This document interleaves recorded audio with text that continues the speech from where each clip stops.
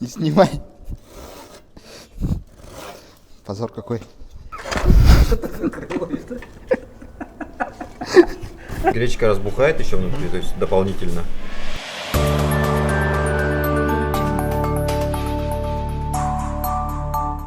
Здравствуйте, уважаемые зрители! С вами сегодня снова Музей летних рецептов, я Пономарев Михаил, и мы с вами сегодня будем опять охотиться. Ну, для этого мы сделаем чачерса. Это якутский арбалет.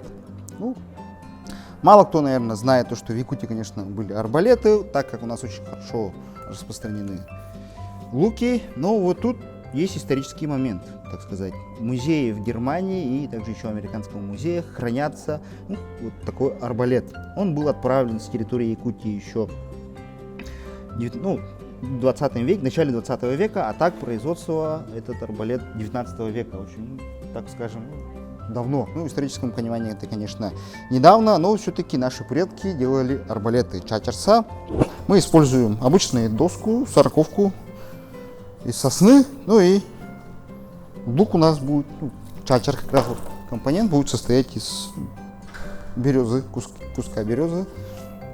Самые обычные материалы. Ну и тетива будет сделана из нашего лоскутка с прошлых проектов уже, с кожи. И вот, начинаем с пера, придаем доске форму приклада.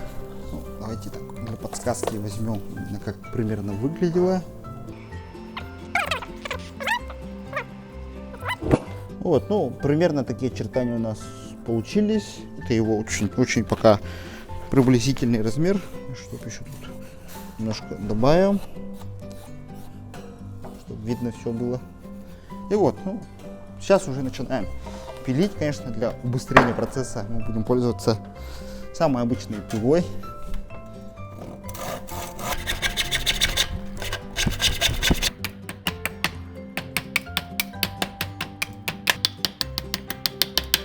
Ну вот, общее очертание уже придали. Ну, дальше уже дорабатывать ножиком и пристаем уже к финишной обработке. Тут надо сказать именно как раз про историю арбалетов. Почему же их у нас в республике, вообще, во-первых, археологи не находят, и в музеях их можно редко встретить, вот даже в иностранных музеях их очень мало, хотя артефактов было отправлено очень много экспонатов для иностранных музеев в 19-20 веках. Но тут уже якутская культура именно сама обыгрывает, именно культура скотоводов и, так сказать, кочевников, потому что у нас очень хорошо развита традиция лучников. В Якутии каждый мужчина, скорее всего, это отдельно взятый воин и очень хороший стрелок из лука. И таким образом просто отпадает необходимость использования арбалета. И арбалет мог быть, конечно, существовать в отдельности, вот то, что мы видим, оказывается, есть, хранится в музее в Германии. Именно якутский арбалет, назван там Ая. Есть очень много, кстати, исторических моментов, то, что справок, записей о том, что якутские мастера могли тут делать огнестрельное оружие сами. Сами вплавлять, сами ковать, стволы даже. Это очень такое большое умение нужно. Это говорит, что у нас очень хорошие кузнецы были. Примерно исследователь Ричард Карлович Мак, он описывает то, что в Вилийских регионах люди сами делали тут так называемым кустарным способом уже огнестрельное оружие. И это очень большой успех для якутских кузнецов, наших известных мастеров. Продолжаем. Осталось одно из самых трудных работ, трудоемких. Мы должны раскопать тут уже как проем для тетивы. Надо сделать это сперва аккуратно, и сквозная дыра должна быть. Она должна быть насквозь. И тут проделать тоже отверстие. Как будем это делать? Начинаю с этого уже. Тут пока особо ничего такого не придумали. Стамески у нас, как мы скажем, у наших предков, может, и не было, у нас нету. Мы так будем медленно, наверное, вкапываться ножом.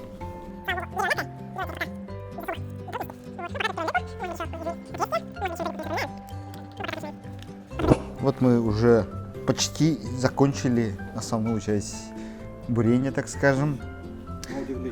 на удивление очень быстро, кажется, ну, дерево мягкое было, и из-за этого. Ну, сейчас ответственный момент, надеюсь, все прямо. Вот так, ну, так скажем, медленно, наверное, забуривались, закапывались. Арбалеты у нас появились, ну, так скажем, в раннем средневековье. И до древности, кстати, еще есть упоминание, что арбалеты существовали, кажется, если я не ошибаюсь, в Греции, ну, крито-микенской цивилизации, в Древнем Риме. А так активно начали использовать как раз вот примерно в средние века, это Европа, ну, их заменили, луки заменили арбалетами. Тут есть очень, ну, такое простое объяснение, почему арбалеты в Европе так были сильно распространены. Потому что арбалетам людей не надо обучать. Берешь просто ружье, вот так стреляешь, показываешь, все, человек может им уже легко управляться. А вот для лука это надо с детства вырасти с этим луком, все азы узнать. Потому что в лучной стрельбе, в большей части такой прицельной стрельбы, конечно, отсутствует, потому что это интуитивная стрельба. Просто рука на уровне мышц запоминает движение, и ты так стреляешь. Наше Г-образное отверстие уже готово. Ну и осталась самая трудная часть, наверное, скорее всего, для этой работы. Это изготовление курка. Ну, пока точно не знаем, но какой-то тут механизм, который приподнимается тут внутри, будет посередине и будет толкать, уже выталкивать оттуда тетиву. Ну, тут мы на рисунке, который мы реконструируем, видим, тут что-то торчит очень мелкое. И, скорее всего, это курок. И тут вот механизм весь закрепляется. Сейчас посмотрим, подумаем и попытаемся уже повторить.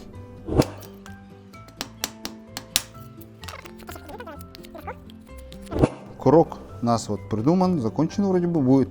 Ну, довольно механизм рабочий. Он вот так вот натягивается и выталкивает отсюда тетиву.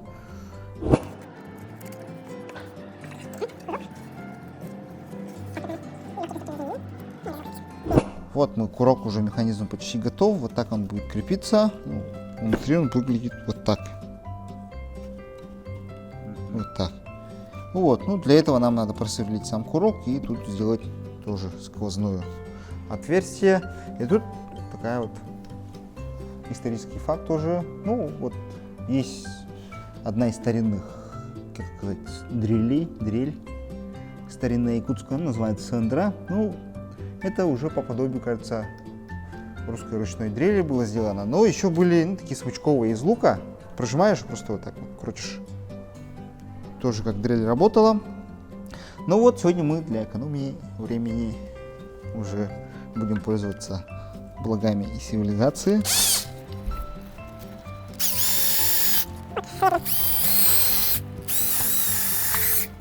Вот штиф готов. Семерочка, так скажем. И берем, присовываем. И все. Механизм полноценно рабочий. Вот это заведенный выстрел.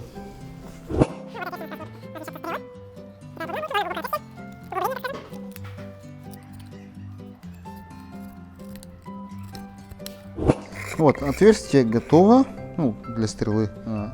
Довольно прямая даже вышла у нас. Вот, теперь осталось просверлить тоже каким-нибудь образом тут довольно большое отверстие и насадить туда уже плечи. Ну, и натянуть тетиву, и на этом у нас арбалет готов. Но, к сожалению, тут трещина все у нас расширяется. Это говорит о том, что дерево высыхает и высыхает. Но это хорошо с одной стороны, но с одной стороны это очень плохо, потому что она увеличивается. Ну, мы его приклеим. Ну, сейчас уже чистим наши плечи. Они у нас с березы. Ну, не смотрите, что он такой кривой, но зато он, надеюсь, будет работоспособным. Ну, сейчас достаточно холодно и как бы зима. Найти прямое, хорошее дерево это проблемно.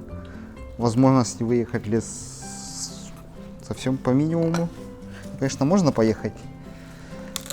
Ну, да. Но, во-первых, еще нельзя просто взять и вырубить дерево. Надо взять сперва разрешение у лесничества, это у Министерства экологии, если я не ошибаюсь. И только после этого рубить дерево. А это та береза, которая летом сломалась. Это мы берем куски той березы, которые после ремонта у нас они сломались. Ну, их бульдозером снесли. Слава богу, у нас из-за этого запасы березы пока хватает. Ну вот, очистили от бересты все. Более-менее красиво стало. И теперь находим примерно середину. Редко и будут смеяться. Конечно. Ну, смотрите, вот. Ну, тут, как сказать, стыдно будет немножко. Ну, что есть что, потому что мы максимум все, что нашли, это такое деревяшка. Измеряем самую широкую часть, чтобы все пролезло. Это вот у нас, это выходит, примерно 2,5 сантиметра шириной должно быть. Отверстие готово. Сквозная. Ну, немножко, конечно, сверлами попользовались. Ну и добавляем.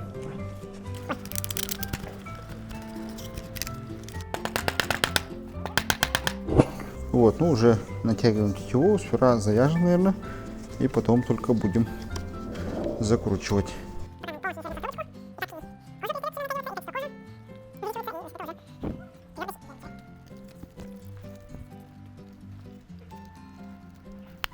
Что только что произошло? Ну, у нас произошло одно тоже немножко ожидаемо, но очень печальное событие.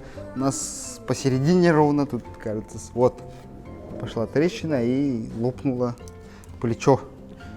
Ну, пока он в рабочем состоянии. Вот.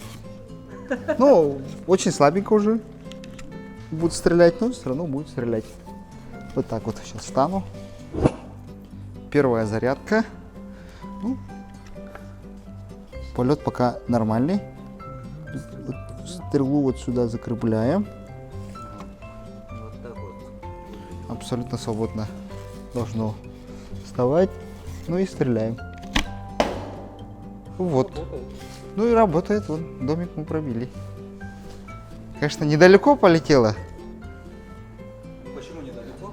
Потому что натяжение очень слабое стало, так как вот тут видно, где начало все ломаться. Попробовать снять. Там трещина есть, и из-за этого у нас все пока в таком состоянии. Заряди еще раз. И на что могли так охотиться? Ну, так в теории могли охотиться на мелкую дичь, скорее всего. Я так думаю, ну, конечно, легче было идти с луком. Но можно было и для облегчения, как раз, как мы говорили уже. Если человек не умеет пользоваться луком, то как бы вот это вот очень просто. Взял, прицелился и выстрелил. И зачем же мы все это делали? И теперь мы так подумаем, что мы поохотились на дичь и убили гуся. Притом добыли большого гуся, и мы сейчас пойдем его готовить. Потому что он был еще раз добыт осенью во время охотничьего сезона. Это самое главное. Надо сказать спасибо нашему коллеге Саше Скрябину, который его нам любезно предоставил. Ну и сам началась тут уже самая такая трудоемкая часть этой работы. Скорее всего, это общипывание.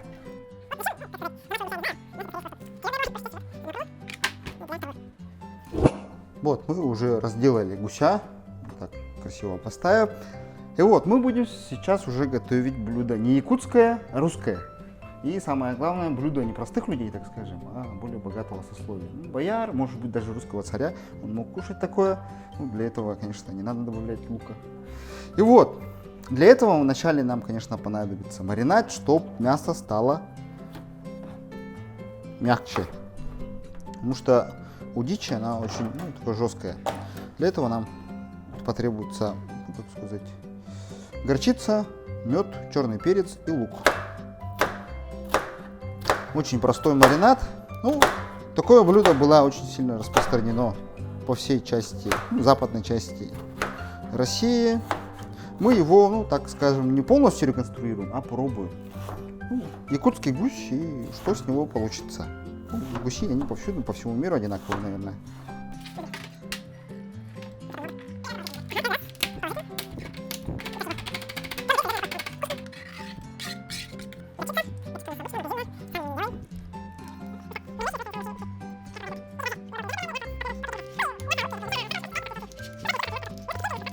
Гусей делаем такие легкие надрезы.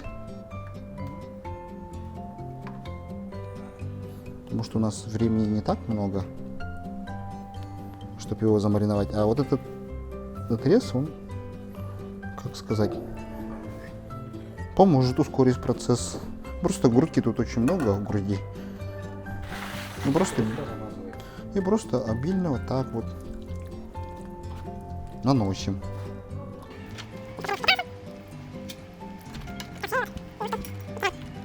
Ну, теперь ждем 12 часов, день целый. Ну и можно уже готовить.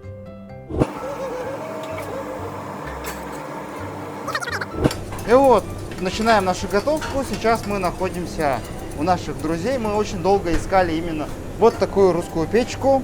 Она, оказывается, в городе у нас не у всех есть, так скажем. Это довольно аутентичная система приготовления уже для нашего блюда. И вот, ну мы такую печку нашли у наших друзей. Будем им очень благодарны, у ресторана «Авроры». Мы как раз сейчас там находимся, в кухне, которую нам любезно предоставили для нашего рецепта. Ну и начнем. Ну, следующий этап мы будем готовить уже дальше. Это, как сказать вам, гуся, фаршированного другими утками. Ну, для этого мы чутка освобождаем место, убираем отсюда, как сказать, лук лишний, маринад. Откуда мы нашли этот рецепт? Ну, мы этот рецепт, так сказать, узнали уже у наших предшественников, так скажем. Это русская кухня уже, традиционная, так скажем, как раз очень подходящая для этого ресторана. Это старорусский рецепт уже приготовления. Так питался кто? Так питались зажиточные россияне, которые жили в пределах от 17 до 19 веков. Вот уже кульминация готовки. Познакомьтесь, шеф ресторана «Аврора» Денис Бурцев. Здравствуйте. Наш, так сказать, эксперт по готовке. Ну, что мы дальше делаем? Просто вот ложку, да, берем? Да, мы будем томить в этой посуде. Специальная посуда у нас титановая, это специальный сплав для печи. То есть, чтобы еда здесь не горела. Она выдерживает очень высокие температуры. Ну и чтобы оградить еду от пригорания, мы поставили еще внутри еще одну посуду. И внутри просто берем, вот сюда ставим, Да, да? да, да. Аккуратно. Наверное. Да. Надеюсь, не разбудится. Денис, а что вы думаете по поводу вот такого нашего рецепта сегодняшнего? Как профессионал, что можете сказать? Человек, знакомый с русской кухней, как вы думаете?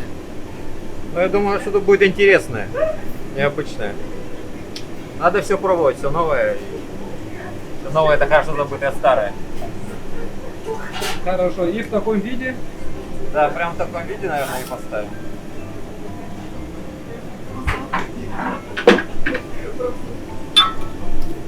В печи какая температура? Сколько минут надо? Примерно 170-180 температура. Да, часов 12 будет томиться.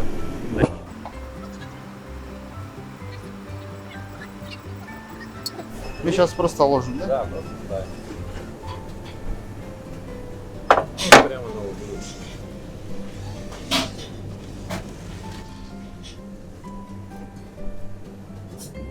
И просто закрываем. И закрывается.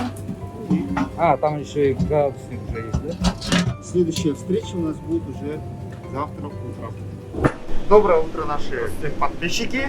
Ну вот, наступил долгожданный момент. Мы сейчас будем уже доставать из печи.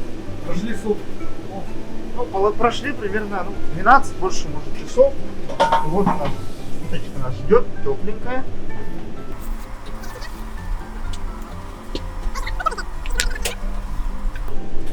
Вот, да. Гигантское количество сока. Ну, выглядит довольно аппетитно. И запах очень аппетитный. Ну, так скажем, сейчас будем пробовать. Наш эксперт, что может сказать на вид? На вид готово. Чуть-чуть корочкой покрылась. Очень хороший такой.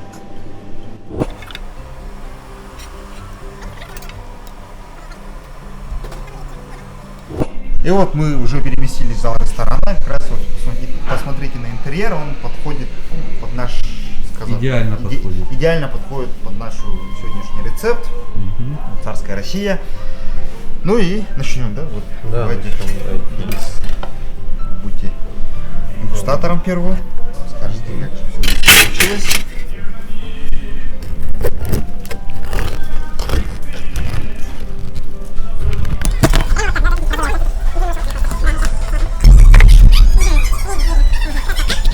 Вот, смотрим, уже как раз все готово, кажется, но, по-моему, все идеально приготовилось. Сейчас самое главное. Сейчас мы попросим порционные тарелочки. А, даже так, да? Да. И будем пробовать.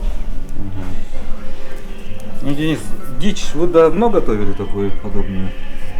Ну, мы подобное готовили на Новый год нашим гостям.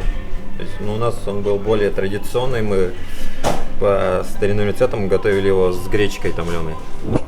Так. Положим первые кусочки.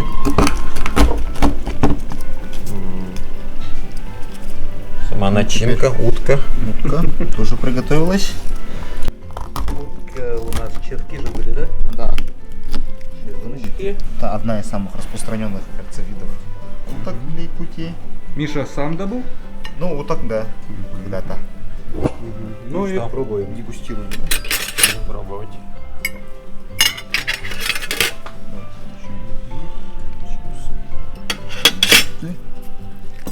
Так.